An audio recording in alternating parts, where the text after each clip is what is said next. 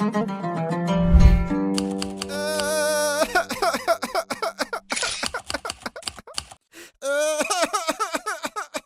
atana rəhmət eləsin. Mehriban kişi idi. İllər keçməsinə baxmayaraq yenə də onun üçün ağlamaq istəyirəm.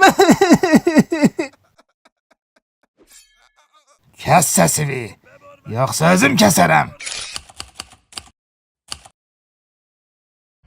Nə edirsən? Ölülər üçün ixtiyari olaraq ağlamaq caiz deyil, kafirlər.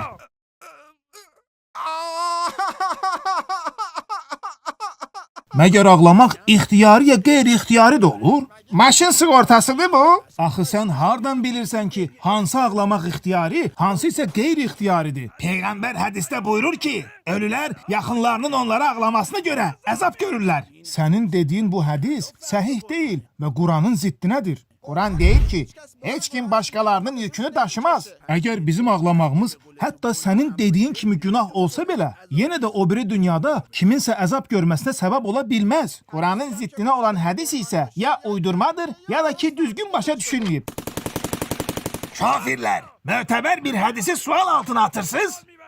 Xeyr, biz sənin anlayışını sual altına atırıq. Ümumiyyətlə, sənin sözünə zidd olan en sayda hədis var. Həzrəti Peyğəmbər oğlu dünyadan köçəndə onun üçün ağlayır. Buyurur ki, mənim bu ağlamağım mərhəmət duyğusuna görədir. Rəhm edin ki, Allah da sizə rəhm etsin.